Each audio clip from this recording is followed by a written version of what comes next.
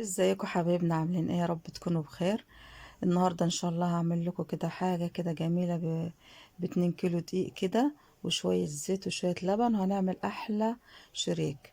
نسمي بالله ونصلي على الرسول. انا معايا 2 كيلو دقيق، ومعايا نص كيلو لبن، ومعايا كوبايه زيت على سمنه، ومعايا نص كوبايه سكر، ومعايا سمسم، ومعايا ملح، ومعايا باكو خميره فوريه. طبعا الدقيق ده انا جايباه ونخلته كويس قوي. اول حاجه طبعا نسمي بالله ونصلي على الرسول. اول حاجه هنحطها شويه ملح كده بسيطه، طبعا ده لازم. بعد كده السمسم. السمسم طبعا زي ما انتي، ده حوالي ب3 جنيه ب4 جنيه سمسم، عشان يعني هما مش كتير. تمام. واحط المكونات الجافه الاول. وهنا حطيت السكر على اللبن. ده نص كيلو لبن دافي يا جماعه، مش سخن. وحطيت عليه نص كوبايه سكر، حطيت عليه كوبايه سمنه على زيت. واقلب كده المكونات دي كويس قوي، زي ما قلت لكم اللبن يكون دافي ما يكونش سخن. ده طبعا العقد اللي انا هعجن بيه. طبعا هحتاج ميه، بس ميه بسيطه بعد ما احط طبعا الكميه اللبن اللي معايا دي على العجين، واشوف هتحتاج تاني ولا لا، على حسب نوع الدقيق اللي عندك. اقلب السكر والزيت والسمنه واللبن وكله والسكر مع بعضه. وبعد كده خالص اروح احط باكل الخميره الفوريه واقلب كويس. عارفين طبعا السكر بيساعد الخميره انها تبقى نشطه. حتى لو الخميرة بتاعت العجينة بتاعتك مش ما فيهاش سكر، تحط لها حوالي معلقة في الخميرة عشان تنشط. واقلب ده كله مع بعضه كويس قوي قوي. انا قلت كده اعمل لهم شوية شريك كده، حاجة كده موفرة واقتصادية. أنا ببعت كل يوم، اجيب لهم شوية فاش كده ب5 جنيه، ما يكفوش كام صباع للعيل.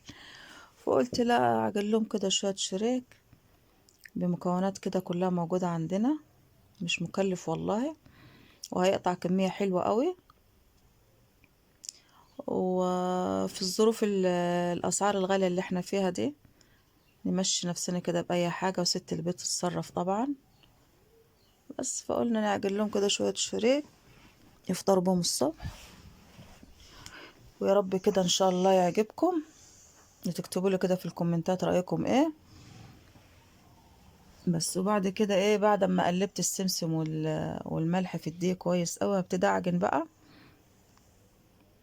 اللي اول مره يشوف قناتنا يا ريت كده يساعدنا كده ويشترك فيها، ودعمنا كده بلايك حلو وتعليق منكم، وان شاء الله نكبر بدعمكم لنا باذن الله.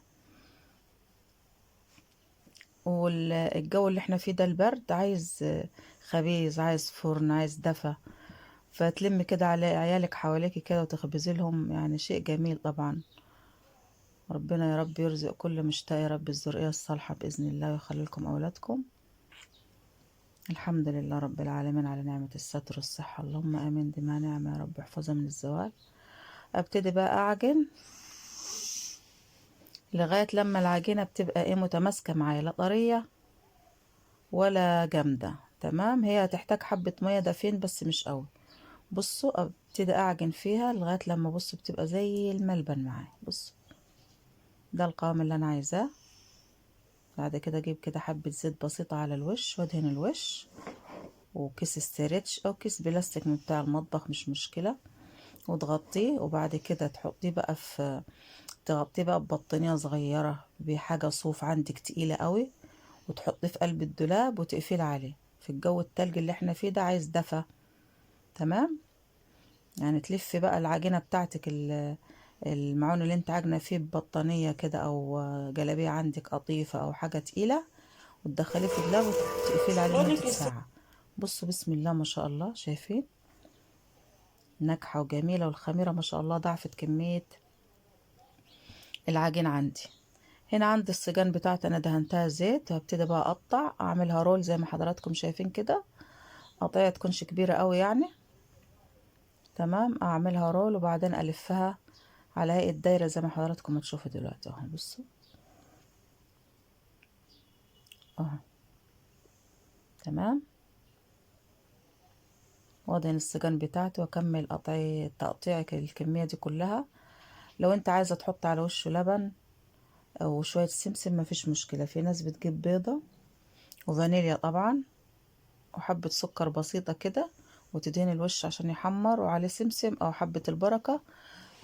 اللي متوفر عندك، المتوفر عندك اعملي. تمام. هنا قطعت كل كمية العجين اللي عندي.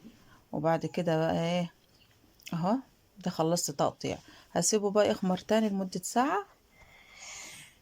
هغطي بقى الكمية دي كلها. بصوا بسم الله ما شاء الله، ال2 كيلو عملوا لي قد ايه. كمية حلوة حلوة والله.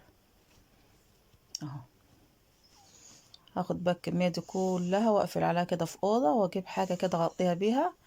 هنا عندنا بشكير كبير اهو، عندك ملاية، عندك حتة قماش، اي حاجة تكون نظيفة طبعا. وتغطي بقى كمية العجين دي كلها لمدة ساعة. هوريكم بقى بعد ساعة. بصوا شكله ضاعف ازاي وحجمه ضاعف ازاي. اهو الخميرة طبعا بتساعد ان ايه الكمية اللي انت اللي عاملاها بتزيد اهو.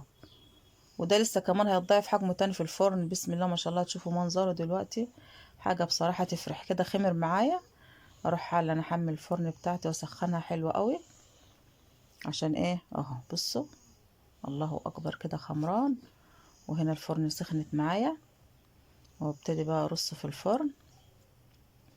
هنا الفرنة بتاعتي بتشيل 4 سيجان ما شاء الله، يعني 2 فوق 2 تحت. افضل ابدل بقى. وطبعا عشان ما يتحرقش مني هدي النار خالص من تحت. ومجرد ما يستوي معايا افتح الشواية. معلش بقى باب الفرن واقع، ربنا كده يسهل لنا ان شاء الله ونصلحه باذن الله.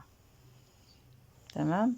وهنا خلاص ال الشريك عندي ابتدى ما شاء الله كده حجمه هيتضاعف دلوقتي. زي ما قلت لكم انا هرص صاجين فوق وصاجين تحت. الفرن هنا انا معلياها، بمجرد ما يحمر من تحت كده هدي النار خالص من تحت. وبعدين افتح الشواية عشان ياخد ايه، ياخد الوش بتاعه ويحمر ويبقى ايه ما شاء الله عليه. دلوقتي هوريه لكم. وبعدين فتحت لكم الفلاش عشان تشوفوا منظره هو بيتنفخ ما شاء الله كده. ده دليل ان احنا عجيننا كده ناجح ما شاء الله. وخبزنا بسم الله ما شاء الله كده حلو، حاجة كده تفتح النفس. ونلم ولادنا كده حوالينا في عز البرد ده والشتا ده. طبعا لما نشغل الفرن في الشقة في الأيام دي بتبقى بقى ايه تدفنا المكان كله اهو. الله أكبر. بصوا طبعا مع السوا حجمه الضعف ازاي. الله أكبر اهو. زي ما قلت لك، عايزة تدهنيه لبن تدهنيه بيض زي ما انت عايزة. طبعا قبل ما ادخله الفرن هنا ابتدى ينتفخ معايا خالص اهو. الله أكبر اهو. وبعد كده ايه هبتدي بقى ايه افتح له الشواية من فوق. وحاجة كده نفطر بيها الصبح، وحاجة جميلة كده بدل ما نشتري من الفران حاجة كده غالية وما فيهاش بركة. هنا خلاص اهو بص النتيجة. الله أكبر ودي الكمية كلها دي انا خبزتها اهو. ايه رأيكم؟ شوية زيت كده وشوية دقيق، عملنا أحلى شريك. بصوا شايفين النتيجة ولا أروع اهو، ولا كابس ولا أي حاجة، زي السفنج معاك اهو زي العسل. وألف هنا وشفا كده. يلا كده قوموا اعملوه، واشوفكم كده في فيديو جديد وفي حفظ الله.